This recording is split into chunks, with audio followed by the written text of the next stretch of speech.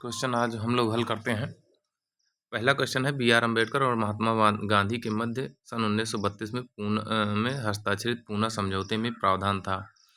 A option है भारत के लिए डोमिनियन स्थिति बनाए जाने का। बी ऑप्शन है मुसलमानों के लिए पृथक निर्वाचन क्षेत्र का। सी ऑप्शन है हरिजनों के लिए पृथक निर्वाचन क्षेत्र का। डी ऑप्शन है हरिजनों के लिए आरक्षण सहित संयुक्त निर्वाचन क्षेत्र का। 1932 में जो रैमजे मैकडोनाल्ड ने घोषित किया था कि दलितों को भी अब अलग पृथक निर्वाचन के लिए की व्यवस्था की जाएगी, तब जाके MM मालवीय के सहयोग से, मदन मोहन मालवीय के सहयोग से और कांग्रेस पार्टी सहयोग से महात्मा गांधी और BR अम्बेडकर बीच समझौता हुआ, जिसमें हरिजनों को हिंदुओं से अलग न मानते हुए 148 सीटें आरक्षित करते हुए व्यवस्था की गई अलग संयुक्त निर्वाचन क्षेत्र की। तो ये ऑप्शन डी आपका सही हो जाएगा। ऑप्शन डी सही है। क्वेश्चन नंबर 2 देखते हैं। सूची 1 को सूची 2 के साथ सुमेलित कीजिए और सूचियों के नीचे दिए गए कूट का प्रयोग कर सही उत्तर का चयन कीजिए। सूची 1 में दिया है और सूची 2 में। सूची 1 में ए पे है सूरत विभाजन, बी पे है सांप्रदायिक अधिनिर्णय, सी पे है सर्वदलीय सम्मेलन और डी पे है पूर्ण स्वराज्य का विकल्प। और सूची 2 में है 1 नंबर पे 1929, 2 पे 1928, 3 पे 1932, 4 पे 1907, 5 पे 1905। तो मिलान करते हैं। सूरत विभाजन जो हुआ था वो 1907 में हुआ था, तो आप ए पे कौन सा हो गया 4। दूसरा देखते हैं सांप्रदायिक अधिनिर्णय, अभी देखा तो आपने 1932 में घोषित हुआ था, 3 हो गया। और पूर्ण स्वराज्य का संकल्प जो लिया गया था 1929 में लाहौर अधिवेशन में पंडित जवाहरलाल नेहरू के नेतृत्व में लिया गया था, तो डी पे हो गया 1। अब इस पे हो जाएगा 2। तो इस तरीके से अगर हम देखें तो 4 3 2 1, 4 3 2 1 ऑप्शन बी हमारा सही हो जाएगा। 3 नंबर है निम्नलिखित में से किस अधिनियम द्वारा भारत के गवर्नर जनरल को अध्यादेश जारी करने की शक्ति प्रदान की गई। ऑप्शन ए है चार्टर एक्ट 1833, ऑप्शन बी है भारत परिषद अधिनियम 1861, सी ऑप्शन है भारत परिषद अधिनियम 1892, डी ऑप्शन है भारत परिषद अधिनियम 1909। तो जो गवर्नर जनरल को अध्यादेश जारी करने की शक्ति जो प्रदान की गई थी वो 1861 अधिनियम के तहत दी गई थी 1861 में। इस तरीके से ऑप्शन बी सही हो जाएगा। चौथा नंबर क्वेश्चन है सूची 1 को सूची 2 से सुमेलित करना है। सूची 1 में दिया है ए पे अगस्त घोषणा, बी पे अगस्त प्रस्ताव, सी पे अगस्त संकल्प, डी पे प्रत्यक्ष कार्यवाही दिवस। और सूची 2 में दिया है 1 number Lord Linlithgow, B number 2 number Lord Montagu, 3 number Mohammad Ali Jinnah, 4 number Mahatma Gandhi. अगर हम इसको मिलान करें तो अगस्त घोषणा जो हुई थी वो 1917 में हुई थी। अगस्त घोषणा जो हुई थी 1917 में हुई थी। तो ये हो गए लॉर्ड मॉन्टेग्यू चेम्सफोर्ड सुधार के समय हुई थी। फिर अगस्त प्रस्ताव जो लाया गया था वो लाया गया था 1942 में। 1942 मतलब लॉर्ड लिथलिंगो हो गए। अगस्त संकल्प जो लाया गया था वो था महात्मा गांधी द्वारा। अप्रत्यक्ष कार्रवाई मनाई गई थी मोहम्मद अली जिन्ना के द्वारा। 2 1 3 4 3, 2 1 4 3 ऑप्शन ए सही है।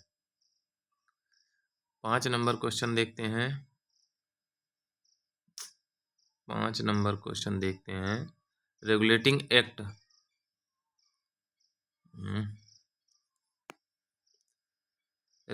एक्ट पारित किया गया। ए ऑप्शन 1773 ईस्वी, बी ऑप्शन 1771 ईस्वी में, सी ऑप्शन 1785 ईस्वी में, डी ऑप्शन 1793 ईस्वी में। अगर हम इसको देखते हैं तो ये बेहद आसान है। पहला रेगुलेटिंग जो आया था 1773 में आया था। ऑप्शन ए सही हो जाएगा। क्वेश्चन नंबर 6 नंबर देखते हैं। भारत के गवर्नर जनरल को किस एक्ट के द्वारा अपनी समिति के निर्णय को अस्वीकार करने का अधिकार मिला। ए ऑप्शन है क्या कह रहा है, गवर्नर जनरल को किस एक्ट के द्वारा अपनी समिति के निर्णय को अस्वीकार करने का अधिकार मिला। ऑप्शन ए है 1773 का रेगुलेटिंग एक्ट, ऑप्शन बी है 1784 का Pitts India act, option C है 1786 का अमेंडमेंट एक्ट और ऑप्शन डी है 1813 का चार्टर एक्ट। अगर हम इसको देखें तो 1886 के अमेंडमेंट एक्ट द्वारा इन गवर्नर जनरल को समिति के निर्णय को अस्वीकार करने का अधिकार मिला था। क्वेश्चन नंबर 7 देखते हैं। महारानी विक्टोरिया को भारत की साम्राज्ञी नियुक्त किया गया? A option 1885, B option 1875, C option 1866 और डी ऑप्शन 1858। तो हम लोग जानते हैं कि जब 1857 की क्रांति हुई थी, तो क्रांति की समाप्ति के बाद ही महारानी विक्टोरिया को भारत की साम्राज्ञी घोषित किया गया 1858 में। तो ऑप्शन डी सही हो जाएगा। क्वेश्चन नंबर 8 है, साम्राज्ञी विक्टोरिया ने 1858 में भारतीयों को बहुत सी चीज़ें दिए जाने का आश्वासन दिया। निम्न आश्वासनों में कौन सा ब्रिटिश शासन ने पूरा किया था? 8 नंबर क्वेश्चन देखते हैं, यहाँ पे है, रियासतों को हड़पने की नीति समाप्त कर दी गई। बी ऑप्शन है, देसी रजवाड़ों की यथास्थिति बनाए रखी जाएगी। सी ऑप्शन है, भारतीय व यूरोपियन सभी प्रजा को समान व्यवहार मिलेगा। डी ऑप्शन है, भारतीयों के सामाजिक व धार्मिक विश्वासों में कोई कमी नहीं होगी, कोई विश्वासों में कोई हस्तक्षेप नहीं होगा। इसमें से पूछ रहा है क्या नहीं किया गया था। तो अगर हम इसको देखें तो ये तो भाई था, राज्य हड़प नीति यहाँ पे समाप्त कर दी गई थी। रजवाड़ों की यथास्थिति बनाई, ये खत्म कर दिया गया था, ये नहीं किया गया था, और तीनों किए गए थे। ऑप्शन बी हमारा सही हो जाएगा। क्वेश्चन नंबर 9 है, मार्ले मिंटो सुधार का उद्देश्य क्या था? ए पृथक निर्वाचन प्रणाली, बी भारतीयों की भागीदारी बढ़ाना, सी युद्ध में सहयोग हेतु तैयार करना, डी पूर्ण स्वतंत्रता देना। तो मार्ले मिंटो सुधार कब हुआ था? 1909 में हुआ था। 1909 में क्या हुआ था कि जो पृथक निर्वाचन प्रणाली अर्थात मुस्लिमों को पृथक निर्वाचन प्रणाली से प्रदान की गई थी। तो ऑप्शन ए सही हो जाएगा। 10 नंबर है, मार्ले मिंटो सुधार किस वर्ष पारित किया गया? 1905, बी 1909, सी 1911 और डी 1920। तभी पीछे आपने देखा 1909 में पारित हुआ था। ऑप्शन बी सही हो जाएगा।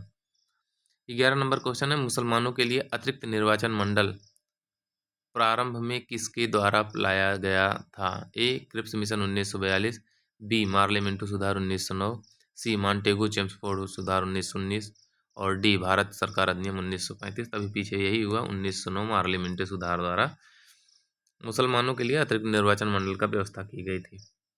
क्वेश्चन नंबर 12 है, 1909 में इंडियन काउंसिल एक्ट में किस बात की व्यवस्था की गई? ए ऑप्शन द्वैध शासन प्रणाली, बी ऑप्शन सांप्रदायिक प्रतिनिधित्व, सी ऑप्शन संघीय व्यवस्था और डी ऑप्शन प्रांतीय व्यवस्था। तो अभी पीछे देख रहे हैं, मार्ले मिंटो सुधार के तहत मुस्लिमों को पृथक प्रतिनिधित्व दिया गया था, तो वही सांप्रदायिक प्रतिनिधित्व दिया गया था। तो बी 12 का बी सही हो जाएगा। 13 नंबर देखते हैं, मॉन्टेगू चेम्सफोर्ड सुधार में प्रावधानों का सार था? ए राज्यों की स्वायत्तता, बी प्रांतों में दोहरा शासन, सी हिंदू मुस्लिम हेतु अलग अलग निर्वाचन व्यवस्था और डी राज्यपालों को वीटो शक्ति। अगर हम इसको देखें तो ये प्रांतों में स्वायत्तता जो थी 1935 में मिली थी, ये 1909 में हुआ था, और ये वाला जो हुआ था 1919 में हुआ था। तो यही मॉन्टेगू चेम्सफोर्ड सुधार के तहत द्वैध शासन प्रांतों में शुरू किया गया था, आरक्षित और हस्तांतरित विषयों के रूप में शुरू किया गया था। 14 नंबर क्वेश्चन देखते हैं, 1946 का कैबिनेट मिशन 3 मंत्रियों से गठित था, निम्नलिखित में से कौन इसका सदस्य नहीं था? ए लॉर्ड पैंथिक लॉरेंस, बी एवी अलेक्जेंडर, सी स्टेफर्ड गिब्स और डी लॉर्ड एमरी। तो 1946 में जो कैबिनेट मिशन आया था उसमें 3 मंत्री थे, लॉरेंस, अलेक्जेंडर और क्रिप्स। लॉरेंस था, अलेक्जेंडर था और क्रिप्स था, एमरी नहीं था। ऑप्शन डी सही हो जाएगा।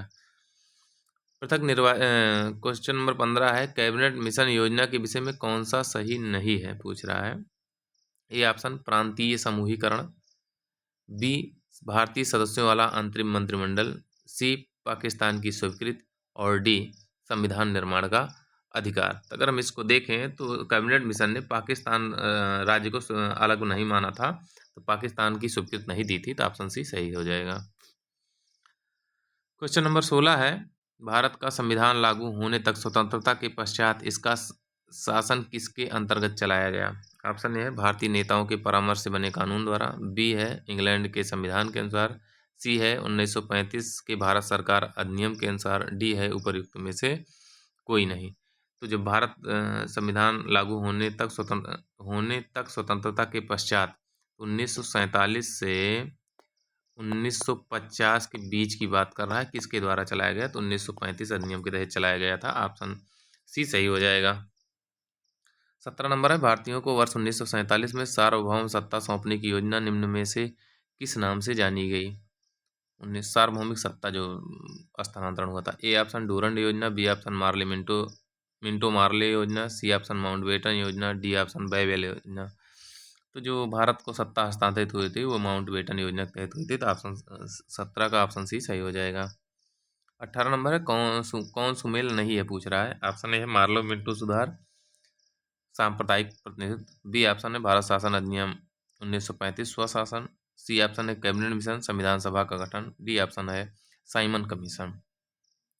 ये 1909 में हुआ था। इसमें सांप्रदायिक प्रतिनिधित्व तो दिया गया था, अर्थात मुस्लिमों को अलग से निर्वाचन मंडल की व्यवस्था की गई। भारत शासन अधिनियम 1935 में स्वशासन की व्यवस्था की गई थी। कैबिनेट मिशन में संविधान सभा के गठन का प्रावधान था, जबकि साइमन कमीशन में भारत विभाजन की व्यवस्था नहीं थी। तो 18 का ऑप्शन डी सही हो जाएगा। अगला क्वेश्चन देखते हैं 19 नंबर। निम्नलिखित को सही ढंग से मिलाना है। इसको सूची 1 में दिया है भारत सरकार अधिनियम 1919, बी पे दिया है भारत सरकार अधिनियम 1935, सी पे दिया है पार्लियामेंट्री सुधार 1909 और डी पे दिया है भारत परिषद अधिनियम 1961, डी पे है अधिनियम 1858। इसमें क्या दिया गया है तो मिलान करते हैं। प्रांतीय स्वायत्तता जो थी ये 1935 अधिनियम में थी और 1909 में जो था सांप्रदायिक निर्वाचन हुआ था, ठीक। और 1909 गलत दिया है क्या भाई, सती प्रथा का अंत। और प्रांतों में जो द्वैध शासन हुआ था वो था ये 3 नंबर, प्रांतों में द्वैध शासन 1919 अधिनियम के तहत दिया गया था।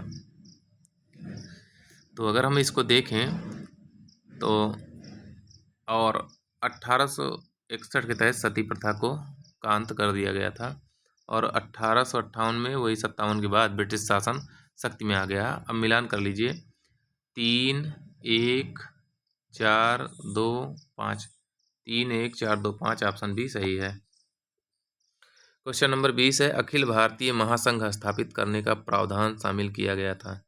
ऑप्शन ए है भारत सरकार अधिनियम 1935 में, बी है अगस्त प्रस्ताव 1940 में, सी है भारत सरकार अधिनियम 1919 में और डी है कैबिनेट मिशन प्रस्ताव 1946 में। तो अगर हम इसको देखें तो भारत सरकार अधिनियम 1935 के तहत भारत में महासंघ स्थापित करने की बात की गई थी। तो अब 20 का ए सही हो जाएगा। क्वेश्चन नंबर 21 देखते हैं। निम्नलिखित में से किस अधिनियम ने केंद्र में द्वैध शासन, केंद्र की बात कर रहा है, प्रणाली को स्थापित किया। ऑप्शन ए है भारत शासन अधिनियम 1935, ऑप्शन बी है भारत शासन अधिनियम 1991, ऑप्शन सी है भारत शासन परिषद अधिनियम 1909 और ऑप्शन डी है भारत परिषद अधिनियम 1992। इसको देखें तो प्रांतों में द्वैध शासन 1919 में लगा था, केंद्र में जो द्वैध शासन था वो 1935 में आया था। तो ऑप्शन ए सही हो जाएगा।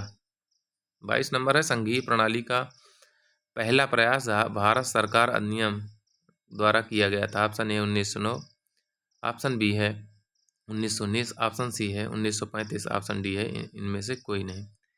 अगर हम इसको देखें तो यहाँ पे देखिए संघीय शासन की बात कर रहा है, प्रांतीय शासन की नहीं। तो वही केंद्र की बात कर रहा है, केंद्र की बात कर रहा है तो 1935 फिर सही हो जाएगा। 23 नंबर है किस अधिनियम की प्रमुख विशेषता प्रांतीय स्वायत्तता थी, प्रांतीय स्वायत्तता थी। ऑप्शन ए है 1935, ऑप्शन बी है 1919, ऑप्शन सी है 1904, ऑप्शन डी है 1858। अगर देखें तो प्रांतों में जो द्वैध शासन था वो 1909 में हुआ था, लेकिन प्रांतों में प्रांतीय स्वायत्तता जो थी ये 1935 में ही थी। तो ऑप्शन ए सही हो जाएगा। 24 नंबर क्वेश्चन है भारत के सचिव का पद किसके द्वारा निर्मित किया गया। सचिव की बात कर रहा है, ये सचिव पद है। ऑप्शन ए है पार्लियामेंट्री सुधार 1919, ऑप्शन बी है भारत सरकार अधिनियम 1858, सी ऑप्शन है भारत परिषद अधिनियम 1861, डी ऑप्शन है मॉन्टेगू चेम्सफोर्ड सुधार। तो जो ये सचिव का पद सृजित किया गया था ये भारत सरकार अधिनियम 1858 तहत किया गया था। इस तरीके से ऑप्शन बी सही हो जाएगा। ये पहले चैप्टर से था, पहले चैप्टर का था कि भारत का संवैधानिक इतिहास था, उसमें 24 क्वेश्चन थे। इस तरीके से अब दूसरे पार्ट पे हम लोग चलेंगे। क्या नाम है इसका, भारत संविधान सभा। इसमें 50 क्वेश्चन आपको हैं, इसको हल किया जाएगा। ये 4 हैं।